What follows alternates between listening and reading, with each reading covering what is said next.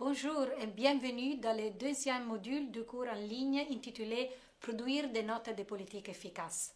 Je m'appelle Renata Serra, je suis professeure au Centre d'études africaines de l'Université de la Floride et économiste de développement par formation. Je fais partie de l'entité de gestion du laboratoire d'innovation Feed the Future pour les systèmes d'élevage à l'Université de la Floride et je dirige le thème transversal de l'environnement favorable. Bonjour, je m'appelle Pierre-William Blanc et je suis assistant de recherche pour le thème transversal de l'environnement favorable au laboratoire d'innovation pour les systèmes d'élevage à l'Université de la Floride.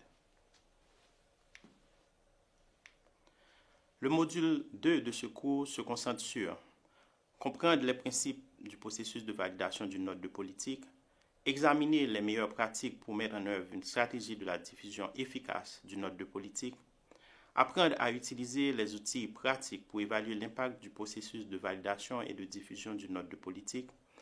À la fin de ce module, vous devriez être en mesure de valider et de diffuser efficacement votre note de politique auprès d'un public plus large.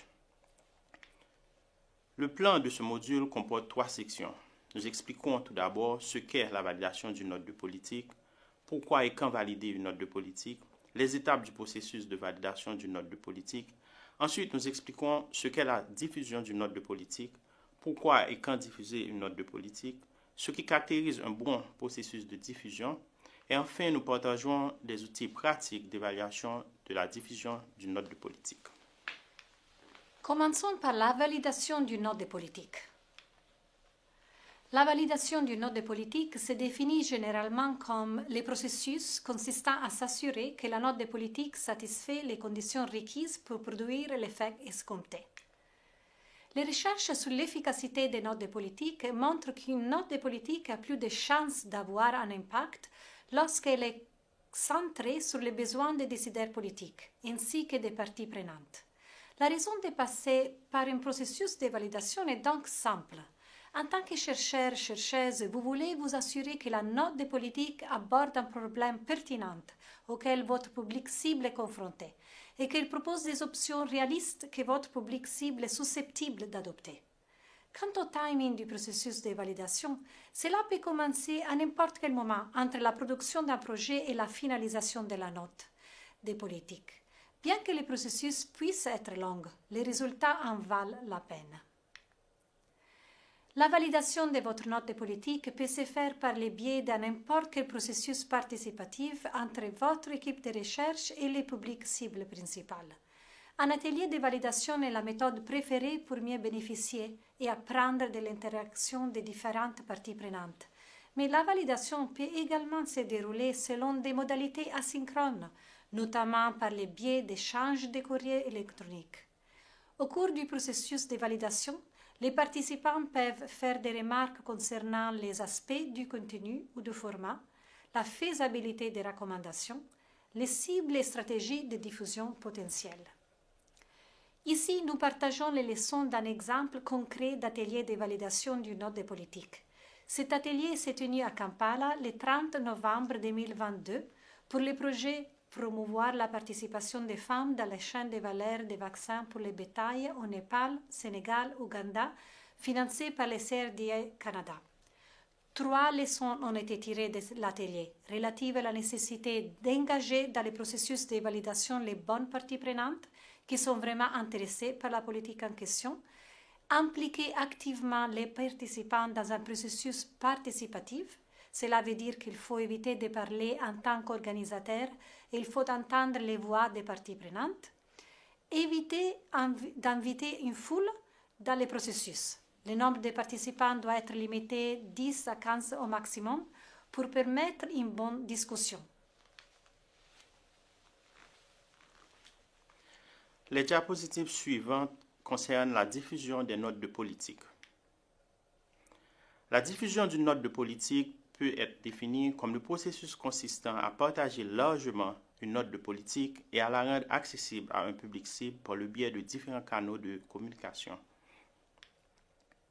La principale raison de planifier soigneusement la diffusion de votre note de politique est d'en assurer l'accessibilité et l'adoption par votre public cible, spécialement les décideurs politiques. La diffusion n'est pas une activité ponctuelle, mais plutôt une relation continue avec votre public cible. C'est pourquoi nous vous encourageons à saisir toutes les occasions pour diffuser votre note de politique et atteindre le plus grand nombre de personnes possible. Ces graphiques présentent les principales étapes du processus de diffusion d'une note de politique. Il consiste à sélectionner votre public cible, identifier vos canaux de diffusion, augmenter la portée de la diffusion en travaillant avec les partenaires intéressés par votre note de politique.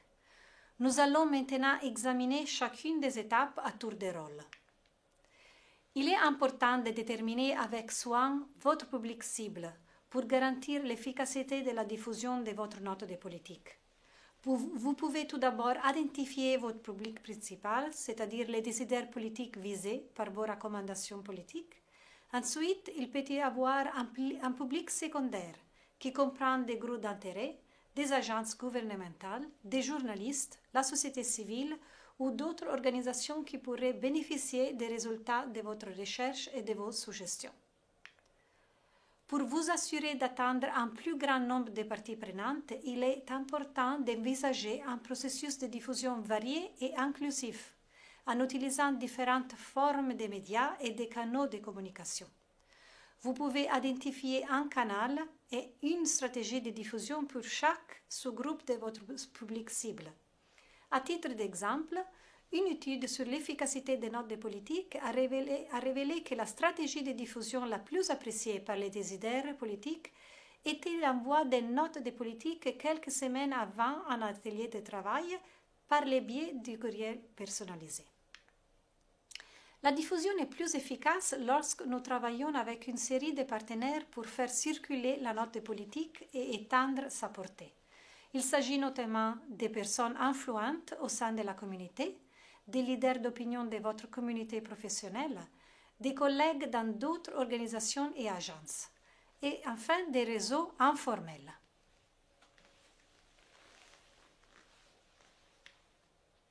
Nous terminons cette présentation en rappelant un certain nombre d'outils pratiques d'évaluation d'une note de politique. La liste de contrôle ou checklist des notes de politique élaborée par l'École de santé publique John Hopkins Bloomberg est un important outil que vous pouvez utiliser pour critiquer votre note de politique. Elle contient 5 sections principales. Il faut vérifier que l'argumentation est claire, le contenu est adapté au public, le langage est clair, concis et persuasif, les données sont présentées de manière efficace, les repères visuels sont utilisés de manière appropriée. Comme vous pouvez le voir dans la deuxième colonne du tableau, pour chaque section, vous disposez de plusieurs points de contrôle pour garantir l'efficacité de votre note politique.